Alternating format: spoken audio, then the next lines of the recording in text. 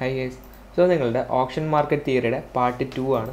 നമ്മൾ നേരത്തെ part 1 complete ആക്കിയായിരുന്നു. അതിനകത്ത് നമ്മൾ ഫെയർ വാല്യൂവിനെ കുറിച്ചിട്ടൊക്കെയാണ് പറഞ്ഞത്. മെയിൻലി ഫെയർ വാല്യൂ ആൻഡ് പ്രൈസിൻ്റെ ഒരു ബാലൻസ്, ഫെയർ വാല്യൂയിലേക്ക് തിരിച്ചു വരാനുള്ള ടെൻഡൻസി, അങ്ങനെ ഒരുപാട് കാര്യങ്ങൾ ഓപ്ഷൻ മാർക്കറ്റ് തിയറി 1 പറഞ്ഞു തന്നു. പിന്നെ സപ്ലൈ സൈഡിൻ്റെ ഡിമാൻഡ്, അല്ലെങ്കിൽ ഡിമാൻഡ് സൈഡിൻ്റെ സപ്ലൈ, അങ്ങനെ കുറച്ച് പറഞ്ഞു തന്നു. I mean supply and demand രണ്ട് രീതി ഉണ്ടെന്ന് പറഞ്ഞു. Buy side supply, sell side supply, buy side demand, sell side demand, അതുപോലുള്ള കുറേ കാര്യങ്ങൾ നമ്മൾ അതിൽ ഡിസ്കസ് ചെയ്തായിരുന്നു. ഇനി അതിൻ്റെ കണ്ടിന്യൂഷനായിട്ട് option market theory. Actually option market theory എന്ന് പറഞ്ഞു കഴിഞ്ഞാൽ ഒരു ഇൻസ്റ്റിറ്റ്യൂഷൻ ലെവലിൽ ഒരുപാടുണ്ട്, മനസ്സിലായില്ലേ, പഠിക്കാൻ. നമ്മളിപ്പോൾ ഈ ഒരു 2 ക്ലാസ് കൊണ്ടൊന്നും തീരുന്നതല്ല. ബട്ട് ഞാനിപ്പോൾ നിങ്ങളെ ആ ഒരു രീതിയല്ല പഠിപ്പിക്കുന്നത്. അതുപോലെ ഒരുപാട് ആ കണ്ടൻറ്റ് എടുക്കാനുമല്ല. നമ്മൾ SMC പഠിക്കുമ്പോൾ മാർക്കറ്റിനെ കുറിച്ച് ഓവറോളായിട്ടൊരു ഇത് അറിയണമല്ലോ, ഒരു പിടുത്തം നമുക്ക് വേണമല്ലോ. അതിന് വേണ്ടിയിട്ട് മാത്രമാണ് ഇത് പറഞ്ഞു തരുന്നത്. അല്ലാതെ ഓപ്ഷൻ മാർക്കറ്റ് തിയറി നിങ്ങൾ പഠിച്ചു വെച്ചിട്ട് ഇത് സംബന്ധിച്ച് നിങ്ങൾക്ക് ഗ്രേഡ് എടുക്കാനുള്ള ആവശ്യമൊന്നും വരത്തില്ല. ബട്ട് ഇത് വളരെ ഇമ്പോർട്ടൻ്റ് ആയിട്ട് നിങ്ങൾ അറിഞ്ഞിരിക്കേണ്ട കുറച്ച് കാര്യങ്ങളാണ്. നെക്സ്റ്റ് നമുക്ക് വരാൻ പോകുന്ന ചാപ്റ്ററാണ് AMD തിയറി, അക്യുമുലേഷൻ, മാനിപ്പുലേഷൻ, അതുപോലെ ഡിസ്ട്രിബ്യൂഷൻ.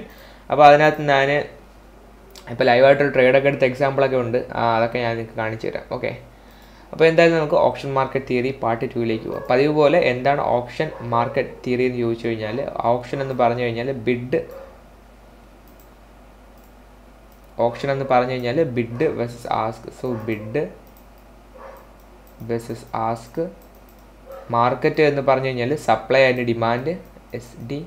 അതുപോലെ തിയറി എന്ന് പറഞ്ഞു കഴിഞ്ഞാൽ അതിൻ്റെ രണ്ടിൻ്റെ ഉള്ളടക്കം. സോ നമ്മൾ മാർക്കറ്റിൽ supply and demand, bid and ask, പിന്നെ ഈ കൊടുക്കൽ വാങ്ങൽ ബന്ധമുണ്ടല്ലോ, അതിനെക്കുറിച്ചിട്ടൊക്കെ നമ്മൾ ചർച്ച ചെയ്തിട്ട് ഇറക്കിയിട്ടുള്ള തിയറിയുടെ സെക്കൻഡ് പാർട്ട് സമ്മറിയാണ് നമ്മുടെ ഓപ്ഷൻ മാർക്കറ്റ് തിയറി പാർട്ട് 2.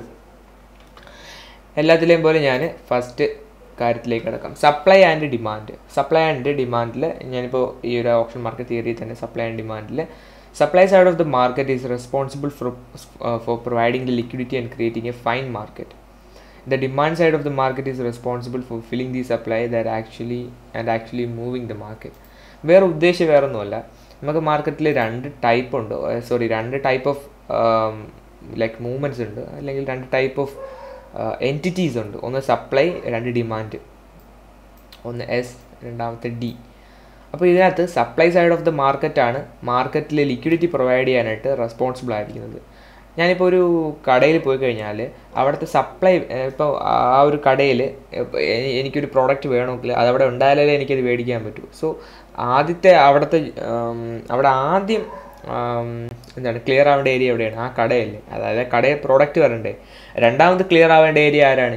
ഞാൻ പോയത് മേടിക്കണ്ടേ, മനസ്സിലായില്ല. അപ്പോൾ ഫസ്റ്റ് പ്രയോറിറ്റി എന്ന് പറയുന്നത് സപ്ലൈക്കാണ്, പക്ഷേ മെയിൻ പ്രയോറിറ്റി എന്ന് പറയുന്നത് ഡിമാൻഡിനാണ്. ഇതിനെക്കുറിച്ചൊക്കെ ഞാൻ പറഞ്ഞുതരാം.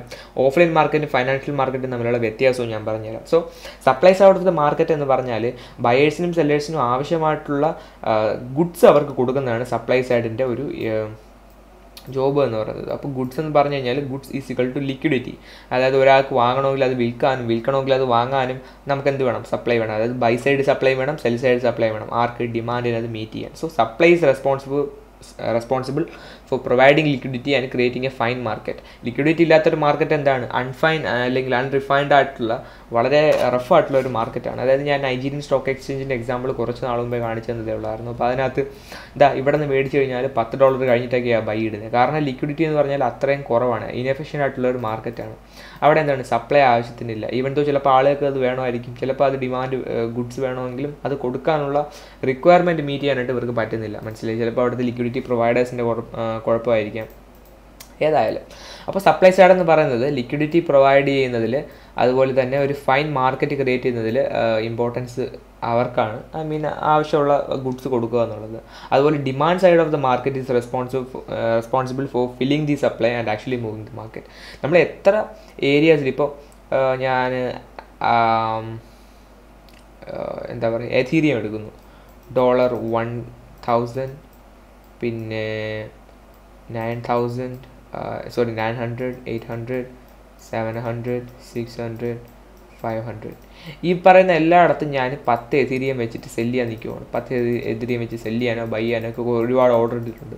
ഇവിടെ എത്ര ഓർഡർ ഇട്ടാലും ഇത് ഫില്ല് ചെയ്യാൻ ആര് വേണം? Demand side of the market വേണം. അവിടെയാണ് ഡിമാൻഡിൻ്റെ ഇമ്പോർട്ടൻസ് വരുന്നത്. So supply side of the market ആളുകൾക്ക് വാങ്ങാനും വിൽക്കാനും ഒക്കെ ഉണ്ടെന്നുള്ള ബിൽ ബോർഡ് കൊടുക്കുന്നു. പക്ഷേ demand side of the market actually പ്രൈസിന് മൂവ് ചെയ്യുവാണ്. ഡിമാൻഡിന് മൂവ് ചെയ്യണമെങ്കിൽ സപ്ലൈ വേണം, ഓക്കെയാണ്. പക്ഷേ ഡിമാൻഡ് ഇല്ല എന്നുണ്ടെങ്കിൽ മാർക്കറ്റ് അവിടെ മൂവ് ചെയ്യാനേ പോകണില്ല. മനസ്സിലായില്ലേ? സോ അവിടെ ഒരു കോൺസ്റ്റൻ്റ് ആയിട്ട് ഒരു എന്താണ് വളരെ കാം ആയിട്ട് റിമെയിൻ ചെയ്ത് സപ്ലൈ പ്രൊവൈഡ് ചെയ്യുന്നതാണ് സപ്ലൈ സൈഡ്. അതുപോലെ തന്നെ ഇതിനെ അഗ്രസീവായിട്ട് പുഷ് ചെയ്യുന്ന ടീംസാണ് ഡിമാൻഡ് സൈഡ്. ഇവിടെ സപ്ലൈ ആൻഡ് ഡിമാൻഡ് എന്ന് പറയുന്നത് ബൈയിങ് സെല്ലിങ്ങും അല്ല ഞാൻ ഉദ്ദേശിക്കുന്നത്. സപ്ലൈ ആൻഡ് ഡിമാൻഡ് എന്ന് പറയുന്നത് ഓഫറും അതുപോലെ തന്നെ ഡിമാൻഡുമാണ്. മനസ്സിലായില്ല? ഓഫറും അതുപോലെ ബിഡും. അപ്പോൾ supply side of the market ഇങ്ങനെ ഗുഡ്സ് പ്രൊവൈഡ് ചെയ്യാനും അതുപോലെ demand side of the market ഈ പറയുന്ന പ്രൊവൈഡ് ചെയ്തേക്കുന്ന ഗുഡ്സിനെ മേടിച്ച് മാർക്കറ്റിനെ ആക്ച്വലി പമ്പ് ചെയ്യാനും അല്ലെങ്കിൽ ഡംപ് ചെയ്യാനും മാർക്കറ്റിനെ മൂവ് ചെയ്യാനും സഹായിക്കുന്നു. അപ്പോൾ അതാണ് supply and demand. Supply side of the market liquidity add ചെയ്യാനും ഫൈൻ മാർക്കറ്റ് ക്രിയേറ്റ് ചെയ്യാനും, demand side of the market filling the supply, അതായത് ഈ പറയുന്ന സപ്ലൈ ഓർഡേഴ്സിന് അല്ലെങ്കിൽ ഈ പറയുന്ന പെൻഡിങ് ഓർഡേഴ്സിനെ ഫില്ല് ചെയ്യാനും അതോടൊപ്പം തന്നെ മാർക്കറ്റിനെ മൂവ് ചെയ്യാനും സഹായിക്കുന്നു. ഓക്കെ, അതാണ് ഇതിൽ ചുരുക്കി പറഞ്ഞേക്കുന്നത്. Now the offer or supply അതുപോലെ ബിഡ് ഡിമാൻഡ്. ഇവിടെ ഒരു എക്സാമ്പിൾ കൊടുത്തിട്ടുണ്ട്. ഇത് ആമസോൺ ആണെന്ന് കൂട്ടിക്കൊള്ളുക. ഇത് ആക്ച്വലി ഇത് ആമസോൺ, അതുപോലെ ഇതാണ് അവരുടെ കസ്റ്റമേഴ്സ്. ഓക്കെ, ഈ പറയുന്ന കസ്റ്റമേഴ്സിനെ കണ്ടോ? ഇവിടെ ഒരുപാട് ആളുകൾ വെയിറ്റ് ചെയ്യുന്നുണ്ടോ ലൈനിൽ. അതുപോലെ ഇവിടെ ഒരു ഷോപ്പിൽ സെയിൽ നടക്കുന്നുണ്ട്. സോ ആക്ച്വലി ഇവിടെ ഉദ്ദേശിച്ചത് വേറൊന്നുമല്ല. ഇപ്പോൾ ഈ ആമസോൺ അല്ലെങ്കിൽ ഇപ്പോൾ ഏതൊരു കമ്പനി എടുത്താലും അവരുടെ ഗുഡ്സ് ഓഫർ ചെയ്യുക ചെയ്യുന്നത്. മനസ്സിലായില്ല? അപ്പോൾ അവർ സപ്ലൈ ചെയ്യുക ചെയ്യുന്നത്. അവരുടെ ഗുഡ്സ് ഇപ്പോൾ ഇന്ന രൂപയ്ക്ക് സെയിലുണ്ട്. അത് മേടിക്കണമെങ്കിൽ ആര് വേണം? ഈ പറയുന്ന ഡിമാൻഡ് വേണം. മനസ്സിലായില്ലേ? അതായത് സപ്ലൈ എന്ന് പറയുന്നത് അവിടെ എപ്പോഴും ഒരു ഡോമിനൻ്റ് ഫാക്ടർ തന്നെയാണെങ്കിലും ഡിമാൻഡ് ഈ ഡിമാൻഡ് ഉണ്ടെങ്കിൽ മാത്രമേ ഈ സപ്ലൈക്ക് എന്ത് പറ്റൂ? ഈ സപ്ലൈ ആക്ച്വലി ഈ മാർക്കറ്റ് മൂവ് ആവും, അല്ലെങ്കിൽ ഈ പ്രൈസ് ചിലപ്പം കുറച്ചുകൂടി താഴോട്ട് വരും, കുറച്ചുകൂടി മുകളിലോട്ട് പോകും. സോ അവിടെ എപ്പോഴും ഡിമാൻഡാണ് അവിടുത്തെ ഒരു കീ ഫാക്ടർ എന്ന് പറയുന്നത്. സപ്ലൈ എപ്പോഴും ഒരു കോൺസ്റ്റൻറ്റ് ഫാക്ടറും അതുപോലെ ഡിമാൻഡ് എന്ന് പറയുന്നത് ഒരു കീ ഫാക്ടറാണ്. സപ്ലൈ എന്താണ്? ഒരു പ്രോഡക്റ്റ് ഇപ്പോൾ അവർ 10,000 യൂണിറ്റ്സ് എടുക്കും. യൂണിറ്റ്സ് എടുത്തിട്ട് അതൊരു സ്പെസിഫിക് പ്രൈസിൽ അവർ സെറ്റ് ചെയ്ത് വയ്ക്കും. മനസ്സിലായില്ലേ? അത് ഫൈനാൻഷ്യൽ മാർക്കറ്റിൻ്റെ കാര്യമല്ല പറയുന്നത്, ഓഫ്ലൈൻ മാർക്കറ്റിൻ്റെ കാര്യമാണ്. അപ്പോൾ എന്ത് ചെയ്യും? ഡിമാൻഡിൽ ആളുകൾ വന്നിട്ട് അത് മേടിക്കും. ചിലപ്പോൾ അവർക്ക് പ്രൈസ് കൂടുതലാണെന്ന് തോന്നിക്കഴിഞ്ഞാൽ അവർ പോവും, ഇല്ല പ്രൈസ് ഫെയർ വാല്യൂ ആണെന്ന് തോന്നിക്കഴിഞ്ഞാൽ അവരത് മേടിക്കും. മനസ്സിലായില്ലേ? സോ ആക്ച്വലി അവിടെ സപ്ലൈ എന്ന് പറയുന്നത് എപ്പോഴും ആ ഒരു ലിമിറ്റ് ഓർഡേഴ്സിൻ്റെ ആ ഒരു അറേ ആയിരിക്കും. അതുപോലെ ഡിമാൻഡ് എന്ന് പറയുന്നത് ഈ പറയുന്ന ലിമിറ്റ് ഓർഡേഴ്സിനെ ഫില്ല് ചെയ്തുകൊണ്ട് മാർക്കറ്റിനെ മൂവ് ചെയ്യുന്ന ടീംസും ആയിരിക്കും. അതാണ് അവിടുത്തെ ലിക്വിഡിറ്റി ഫാക്ടർ എന്ന് പറയുന്നത്. സോ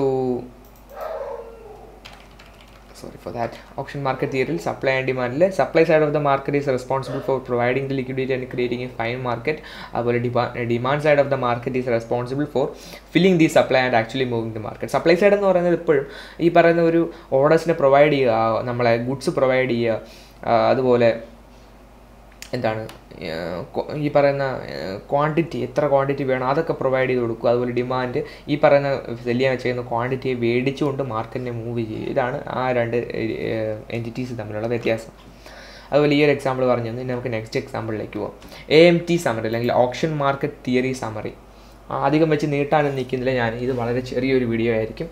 AMT സമ്മറിയിൽ ഞാനിവിടെ ഒരു ടേബിൾ കൊടുത്തിട്ടുണ്ട്. ആ ഒരു ടേബിളിൽ കണ്ടിട്ട് കണ്ണ് കളയൊന്നും വേണ്ട, വളരെ ഈസി ആയിട്ടുള്ള കുറച്ച്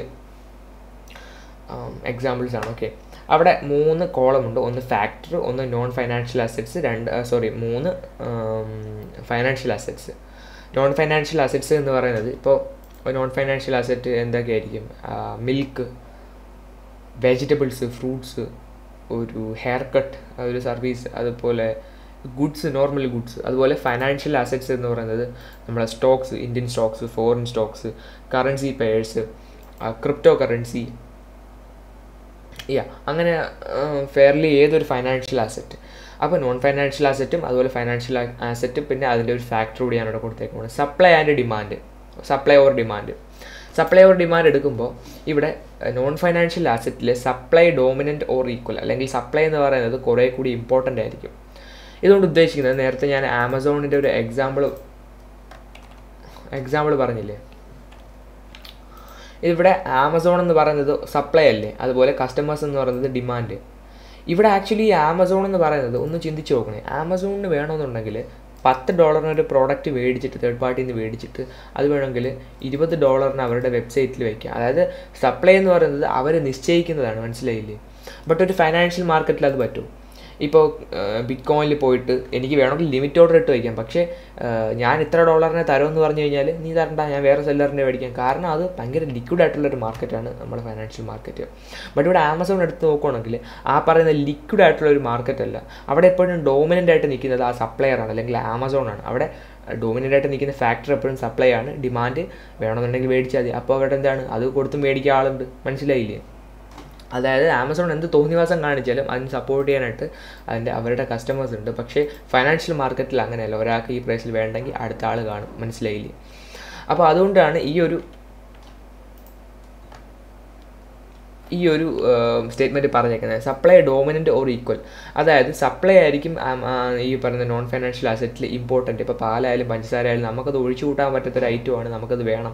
അപ്പോൾ നമ്മൾ ഏത് പ്രൈസ് കൊടുത്തത് മേടിക്കാൻ തയ്യാറാവും മിക്കവാറും. സോ സപ്ലൈ എന്ന് പറയുന്നത് അവിടെ ഡോമിനൻ്റ് ആണ്, ഡിമാൻഡിനല്ല അവിടെ പ്രാധാന്യം. ബട്ട് ഫൈനാൻഷ്യൽ അസറ്റിൽ നോക്കുകയാണെങ്കിൽ ഡിമാൻഡാണ് ഡോമിനൻ്റ്. ഇത് ഇങ്ങനെ പറയാൻ കാരണം, ഇപ്പോൾ ഞാൻ ബിറ്റ് കോയിൻ എടുക്കുവാണ്, BTC മാർക്കറ്റ് എടുക്കുകയാണ്. BTC മാർക്കറ്റിലെന്ന് പറഞ്ഞു കഴിഞ്ഞാൽ എത്ര ലെവൽസിൽ സപ്ലൈ വെച്ചാലും ഇപ്പോൾ മാർക്കറ്റ് $10,000 നിൽക്കുക, ഉടനെ ഒരുത്തൻ പോയിട്ട് $15,000 ഞാനിത് വിൽക്കുന്നുള്ളൂ എന്ന് പറയുക, മനസ്സിലായില്ലേ? അപ്പോൾ വേണ്ട, ഞാൻ 10,001 എനിക്ക് വിൽക്കാൻ വേറെ ആളുണ്ട്. കാരണം ഒരുപാട് ബയേഴ്സും സെല്ലേഴ്സും ഉള്ളൊരു ആസറ്റാണ് ഈ പറയുന്ന ബിറ്റ് കോയിൻ എന്ന് പറയുന്നത്. മില്യൺസ് ആൻഡ് ബില്യൺസ് ഓഫ് ഡോളേഴ്സിൻ്റെ ഓർഡേഴ്സ് എപ്പോഴും എല്ലാ മിനിറ്റിലും നമ്മുടെ മാർക്കറ്റിൽ അവൈലബിൾ ആണ്. അതുകൊണ്ട് തന്നെ ഏത് സെക്കൻഡിൽ നമ്മൾ ഒരു ഓർഡർ ഇട്ടാലും അത് അവിടെ നിന്ന് പ്ലേസ് ആയി പോകാനുള്ള ചാൻസും വളരെ കൂടുതലാണ്. ഓക്കെ, അതുകൊണ്ട് ഈ ഒരു ഫൈനാൻഷ്യൽ മാർക്കറ്റിൽ എപ്പോഴും ഡിമാൻഡാണ് ഡോമിനൻ്റ്. കാരണം സപ്ലൈ അവിടെ അബണ്ടൻ്റ് ആണ്, ആവശ്യം പോലെ സപ്ലൈ ഉണ്ട്. സപ്ലൈ എന്ന് പറയുന്നത് ആരുടെയും ഒരാളുടെ വകയല്ല. സപ്ലൈ എന്ന് പറയുന്നത് ഒരുപാട് ട്രേഡേഴ്സിൻ്റെ ഒരുപാട് ലിക്വിഡിറ്റിയുടെ ഇതാണ്, ഓരോ ലെവൽസിൽ ലിക്വിഡിറ്റി ഉണ്ട്. അപ്പോൾ എന്താണ് അവിടെ ഏറ്റവും കൂടുതൽ വേണ്ടത്? ഡിമാൻഡാണ് ഏറ്റവും കൂടുതൽ വേണ്ടത്. കാരണം ഈ പറയുന്ന സപ്ലൈ എത്ര ഉണ്ടെങ്കിലും അതിനെ മീറ്റ് ചെയ്യേണ്ടത്, മാർക്കറ്റിനെ മൂവ് ചെയ്യേണ്ടത് ആരാണ്? ഡിമാൻഡാണ്. അപ്പോൾ ആ ഒരു ബോധം എല്ലാവർക്കും ഉണ്ട്. അതുകൊണ്ടാണ് ഇവിടെ പറയുന്നത് നോൺ ഫൈനാൻഷ്യൽ അസറ്റ്സിൽ സപ്ലൈ ഈക്വൽ ആണെങ്കിൽ ഫൈനാൻഷ്യൽ അസറ്റ്സിൽ എന്ന് പറയുന്നത് ഡിമാൻഡാണ് ഡോമിനൻറ്റ്. ഇവിടെ സപ്ലൈ ഡോമിനൻ്റ് ആണെങ്കിൽ ഫൈനാൻഷ്യൽ അസറ്റ്സിൽ ഡിമാൻഡാണ് ഡോമിനൻറ്റ്. ബിക്കോസ് ഡിമാൻഡ് ഇല്ലാന്നുണ്ടെങ്കിൽ ഫൈനാൻഷ്യൽ മാർക്കറ്റ് മൂവ് ആകത്തില്ല. ബട്ട് സപ്ലൈ എന്ന് പറയുന്നത് ആമസോണിന് എപ്പോഴും ആണെങ്കിലും അല്ലെങ്കിൽ ഒരു കടയ്ക്ക് എപ്പോഴും ആണെങ്കിലും മാനിപ്പുലേറ്റ് ചെയ്തുകൊണ്ട് പോകാൻ പറ്റും, മനസ്സിലായില്ലേ? നെക്സ്റ്റ് ഫാക്ടറാണ് പ്രൈസസ്. പ്രൈസസ് എന്ന് പറയുന്നത് ഇതിൻ്റെ വാല്യൂ ആണ്, മനസ്സിലായില്ലേ? ഇപ്പോൾ അതിൻ്റെ ആ ഒരു ബിറ്റ് കോയിനോ അല്ലെങ്കിൽ എഥീരിയത്തിനുള്ള വാല്യൂ. നോൺ ഫൈനാൻഷ്യൽ അസറ്റിൽ ഈ പറയുന്ന എന്തെങ്കിലും ഒരു പ്രോഡക്റ്റിൻ്റെ വാല്യൂ എന്ന് പറയുന്നത് ഇലിക്വിഡ് ആണ്. അതുപോലെ ഫൈനാൻഷ്യൽ അസറ്റ്സിൽ ഹൈലി ലിക്വിഡ് ആണ്. ഇതിൻ്റെ ഒരു ഇങ്ങനെ പറയാനുള്ള കാരണം, ഇപ്പോൾ ഞാനൊരു നോൺ ഫൈനാൻഷ്യൽ അസറ്റ് എടുക്കുവാണ്. ഇപ്പോൾ ആമസോണിൽ നമുക്ക് ഫോർ എക്സാമ്പിൾ ഇപ്പോൾ കീബോർഡ് എടുക്കുവാണ്. ഈ കീബോർഡ് എന്ന് പറയുന്നത് ഇപ്പോൾ $50 നിൽക്കുന്നത് അതിൻ്റെ പ്രൈസ്. ആമസോണിന് വേണമെന്നുണ്ടെങ്കിൽ ഇത് $67 സെറ്റ് ചെയ്യാം, മനസ്സിലായില്ല? അതുപോലെ തന്നെ ഇവർക്ക് വേണമെങ്കിൽ $45 സെറ്റ് ചെയ്യാം. അതായത് ഈ പറയുന്ന ഓഫർ എപ്പോഴും ആരാണ്? ആമസോണാണ്. ആമസോൺ എന്ന് പറയുന്ന ഒരു സെല്ലറേ ഉള്ളൂ അവിടെ. മേ ബി മൾട്ടിപ്പിൾ സെല്ലേഴ്സ് ആയിരിക്കും ഇത് അവിടെ സെല്ല് ചെയ്യുന്നത്, അത് നമുക്കറിയാലോ, ഒരു ചെയിനാണ്. പക്ഷേ ആമസോണാണ് ഇനിഷ്യലി ആ പ്രൈസ് സെറ്റ് ചെയ്യുന്നത്, മനസ്സിലായില്ല? ആമസോണിൻ്റെ അൽഗോരിതം. സോ ആക്ച്വലി ആമസോൺ ആ പ്രൈസ് ഇപ്പോൾ $50 എന്നുള്ള പ്രൈസ് മാനിപ്പുലേറ്റ് ചെയ്ത് 67 കൊണ്ടുപോകാം, അല്ലെങ്കിൽ 68 കൊണ്ടുപോകാം, അല്ലെങ്കിൽ 60 കൊണ്ടുപോകാം, അല്ലെങ്കിൽ 55 കൊണ്ടുപോകാം. അപ്പോൾ അതൊക്കെ ആമസോണിൻ്റെ ഇഷ്ടമാണ്. അതുകൊണ്ട് തന്നെ ഈ ഒരു മാർക്കറ്റ് ഹൈലി ഇലിക്വിഡ് ആയിട്ടുള്ളൊരു മാർക്കറ്റാണ്. ഇലിക്വിഡ് എന്ന് പറഞ്ഞു കഴിഞ്ഞാൽ നമുക്ക് വേണ്ടത്ര പ്രൈസിൽ ഇത് കിട്ടത്തില്ല, മനസ്സിലായില്ലേ? അത് ആമസോൺ നിശ്ചയിക്കുന്ന പ്രൈസ് ആയിരിക്കും. അതുപോലെ തന്നെ വേറെ ബയറിനും സെല്ലറിനും അവിടെ ഒരു ഇമ്പോർട്ടൻസ് ഇല്ല.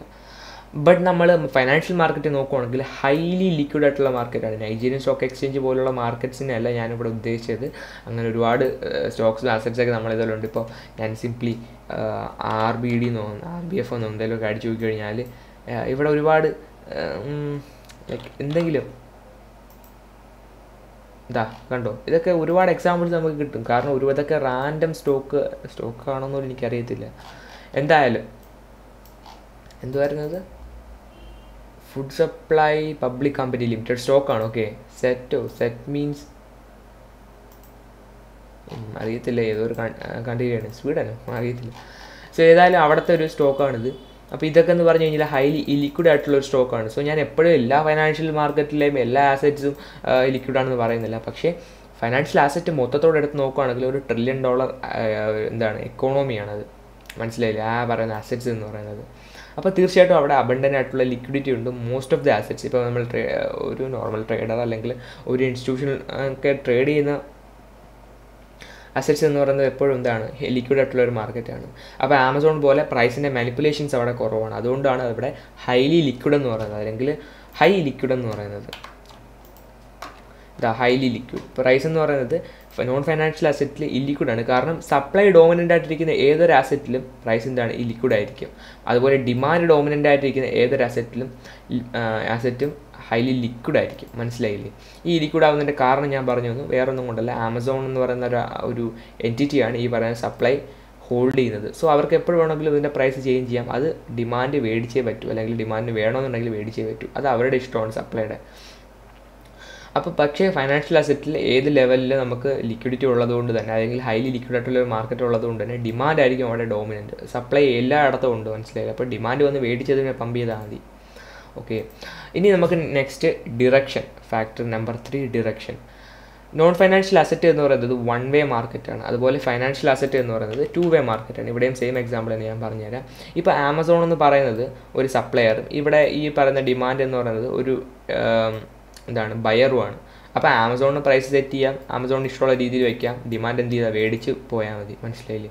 അതായത് ആമസോൺ ഇവിടെ ഡിമാൻഡ് പറയുന്ന രീതിയിൽ കേട്ട് ഒരു ഡിമാൻഡുമായിട്ട് ഒരു ഒത്തുതീർപ്പ് ഉണ്ടാക്കുന്നില്ല. ഒരു നോൺ ഫൈനാൻഷ്യൽ അസറ്റ് എന്ന് പറയുന്നത് അങ്ങനെ ഒരു ഒത്തുതീർപ്പ് ഉണ്ടാക്കുന്ന ടീംസ് അല്ല. മനസ്സിലായില്ല? അവർക്ക് അവരുടെ മാർക്കറ്റ് എങ്ങനെയാണ് മൂവ് ആവുന്നത്, അവർ സെറ്റ് ചെയ്യുന്ന പ്രൈസിൽ ആളുകൾ മേടിക്കുമ്പോഴാണ്. മനസ്സിലായില്ലേ? അപ്പോൾ അതുകൊണ്ടാണ് അതൊരു 1 വേ മാർക്കറ്റ് എന്ന് പറയുന്നത്. അവിടെ ആർക്കാണ് പ്രാധാന്യം? സപ്ലൈക്ക്. മനസ്സിലായില്ലേ? മറിച്ച് നമ്മൾ ഫൈനാൻഷ്യൽ അസറ്റ് എടുത്ത് നോക്കുവാണെങ്കിൽ ഇപ്പോൾ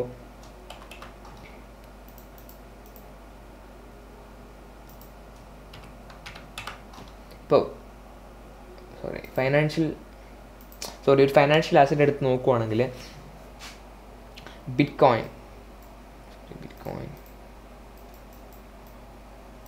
എടുക്കുവാണ്. ഈ ബിറ്റ്കോയിനിൽ